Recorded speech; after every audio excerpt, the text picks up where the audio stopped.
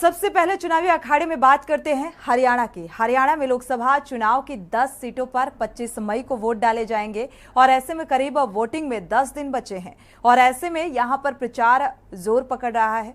BJP अब जहां अपने कद्दावर नेताओं को प्रदेश में रैलियां करवाने की तैयारी कर रही है, तो वहीं बीजेपी और जेजेपी के लिए प्रचार के दौरान चुनौतियां सामने आ रही हैं। जेजेपी और बीजेपी प्रत्याशियों को लगातार लोगों के विरोध का सामना करना पड़ रहा है। देखिए ये पूरी कहानी इस रिपोर्ट की जुबानी। हरियाणा का रोचक सियासी रण। विजय संकल्प रैलियां के जरिए बीजेपी मार रही बाजी। देरी से प्रत्याशी उतारने के चलते प्रचार में पिछड़ी कांग्रेस। भूपेंद्र और दीपेंद्र हुड्डा कर रहे रैलियां। राजस्थान व उत्तराखंड के सीएम अब लगातार भरेंगे हुंकार। पीएम मोदी की 4 रैलियां और गृह मंत्री अमित शाह के 3 कार्यक्रम तय। इंडिया गठबंधन का कोई बड़ा नेता न पहुंचने से कार्यकर्ता मायूस। जनसंपर्क में भी कांग्रेस से काफी आगे। कांग्रेस के मजबूत प्रत्याशियों को कमजोर कर रही गुटबाजी। हरियाणा की राजनीति में अक्सर जातीय आंकड़ों का जिक्र आता है। खासकर प्रत्याशी तय करने में जातीय मतदाताओं की संख्या को खासी तवज्जो दी जाती है, लेकिन इस बार लोकसभा चुनाव में राजनीतिक दलों की ये रणनीति बदलती नजर आ रही है। हरियाणा में लोकसभा चुनाव में अब महज कुछ दिन का समय बचा है। चुनाव प्रचार पीक पर पहुंचता जा रहा है। बात बीजेपी कांग्रेस के चुनाव प्रचार की करें तो दोनों तरफ भाजपा 86 विजय संकल्प रैलियां कर चुकी हैं। मनोहर और नायाब सिंह सैनी की जोड़ी अधिकतर विधानसभा इलाकों को कवर कर चुकी है। वहीं देरी से प्रत्याशी उतारने के चलते भूपेंद्र सिंह हुड्डा और दीपेंद्र अब तक 7 लोकसभा क्षेत्रों में 28 रैलियां ही कर पाए हैं।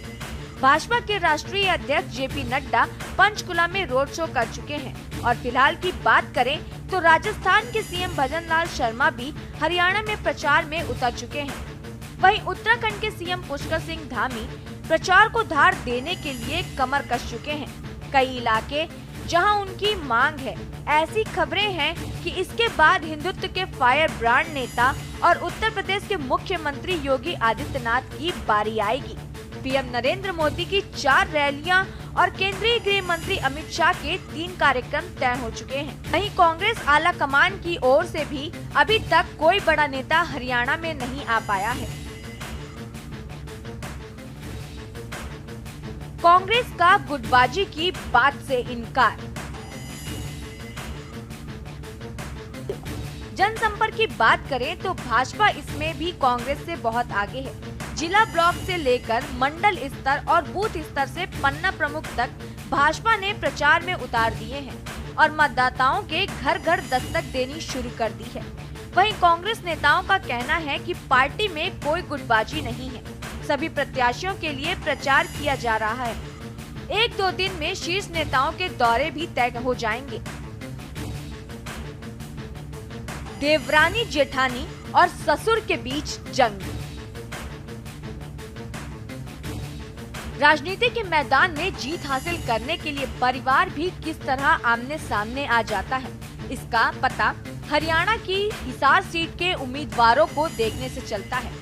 देवरानी जेठानी और ससुर के बीच लड़ाई है, जहां पर एक ही परिवार की 2 बहुएं अलग अलग राजनीतिक दलों से चुनाव मैदान में हैं, तो उनके सामने रिश्ते में लगने वाले उनके ससुर भी चुनाव लड़ रहे हैं। जो 2 बहुएं आपस में चुनाव लड़ रही हैं, वे रिश्ते में देवरानी और जेठानी लगती हैं। इस तरह लोकसभा पहुंचने के लिए एक ही परिवार में देवरानी जेठानी और ससुर के बीच भयंकर सियासी संग्राम चल रहा है। ये परिवार है पूर्व प्रधानमंत्री देवीलाल का। देवीलाल के 4 बेटे हुए। उनके नाम ओम प्रकाश चौटाला, प्रताप चौटाला, रंजीत चौटाला और जगदीश चौटाला है। इनमें से रंजीत चौटाला इस बार हिसार लोकसभा सीट से बीजेपी के टिकट पर चुनाव लड़ रहे हैं। ओम प्रकाश चौटाला के 2 बेटे हैं, अभय चौटाला और अजय चौटाला। बड़े बेटे अजय चौटाला की पत्नी नैना चौटाला जन नायक जनता पार्टी के टिकट पर चुनाव लड़ रही हैं। वहीं देवीलाल के एक और बेटे प्रताप चौटाला के 2 बेटे हैं, जितेंद्र चौटाला और रवि चौटाला। इनमें से रवि चौटाला की पत्नी सुनैना चौटाला इनोला के टिकट पर चुनाव में ताल ठोक रही हैं। नैना और सुनैना चौटाला आपस में देवरानी और जेठानी लगती हैं। चौटाला परिवार के अंदर पूरी लड़ाई देवीलाल की राजनीतिक विरासत के उत्तराधिकारी की है। अभय चौटाला के परिवार का कहना है कि पूर्व प्रधानमंत्री देवीलाल ने अपना उत्तराधिकारी ओम प्रकाश चौटाला को बनाया है और उनकी विचारधारा को अभय सिंह चौटाला आगे बढ़ा रहे हैं। इसीलिए इनोल ही देवीलाल की राजनीतिक विरासत की उत्तराधिकारी है। जबकि जेजेपी का कहना है वे ऐसी पार्टी है जो सही मायनों में देवीलाल के बताए रास्ते पर चलती है और इस बात को हरियाणा की जनता जानती है।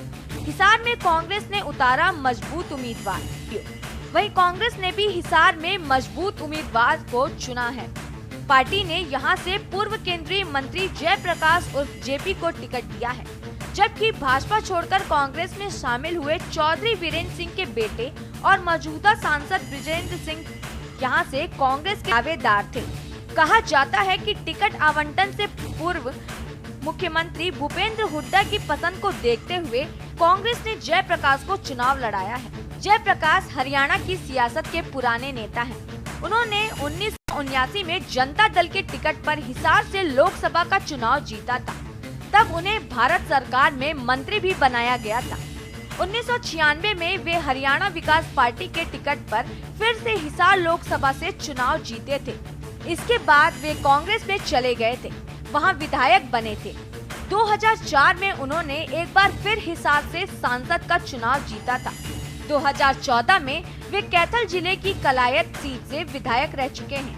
कांग्रेस ने 40 नेताओं को स्टार प्रचारक बनाया है। इनमें मल्लिकार्जुन खड़गे, सोनिया गांधी, राहुल गांधी और प्रियंका गांधी केंद्रीय नेता हैं। इनके अलावा हिमाचल के मुख्यमंत्री सुखविंदर सिंह, पूर्व मंत्री आनंद शर्मा, राजस्थान के पूर्व सीएम अशोक गहलोत, अजय माकन, छत्तीसगढ़ के पूर्व सीएम भूपेश बघेल व सचिन पायलट समेत अन्य नाम शामिल हैं। हालांकि इनमें से कोई भी नेता अभी तक हरियाणा नहीं आया।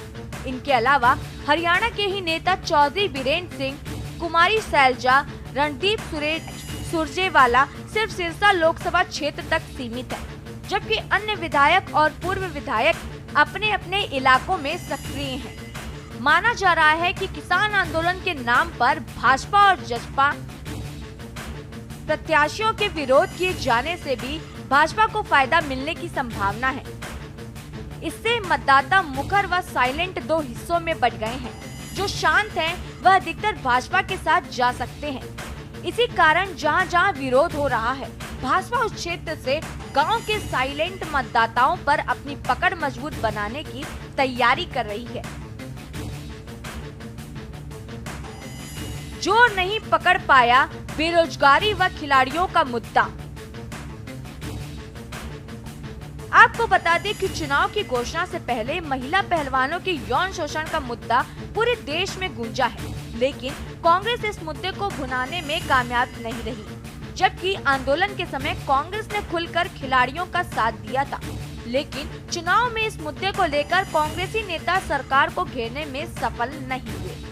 इसके अलावा किसानों के मुद्दे पर भी कांग्रेस नेता उनके साथ खड़े नजर नहीं आ रहे। चुनाव से पहले भूपेंद्र सिंह हुड्डा ने प्रदेश में बेरोजगारी दर बढ़ाने का मुद्दा कई बार उठाया, लेकिन चुनाव आते आते ये मुद्दे भी ठंडे पड़ गए। कद्दावर नेताओं को सौंपा मोदी की रैली की जिम्मेदारी। पिछले 1.5 महीने से विजय संकल्प रैलियां और अन्य कार्यक्रमों के माध्यम से जनता के बीच जा रही भाजपा चुनाव प्रचार को इन 8 दिनों में और गति देने की तैयारी में है। भाजपा ने प्रधानमंत्री नरेंद्र मोदी की रैलियां के प्रबंधन के लिए अपने कद्दावर नेताओं को जिम्मेदारी सौंपी है। मजबूत प्रत्याशियों और एंटी इनकम्बेंसी के चलते कांग्रेस के पक्ष में बनी हवा के बावजूद लोकसभा चुनाव पार्टियों के लिए अब इतना आसान नहीं लग रहा। प्रदेश में कांग्रेस के लिए कई चुनौतियां मुंह बाए खड़ी हैं। मतदान की तिथि तक अपने पक्ष में माहौल को बनाए रखने के लिए कांग्रेस के लिए बड़ी चुनौती है। एक तो संगठन नहीं होने के चलते भाजपा के मुकाबले कांग्रेस बूथ स्तर पर पहुंचने में पिछड़ रही है। दूसरा, प्रदेश के दिग्गज नेताओं की गुटबाजी भी पार्टी के लिए घातक साबित हो रही है। स्पेशल डेस्क के न्यूज़ इंडिया।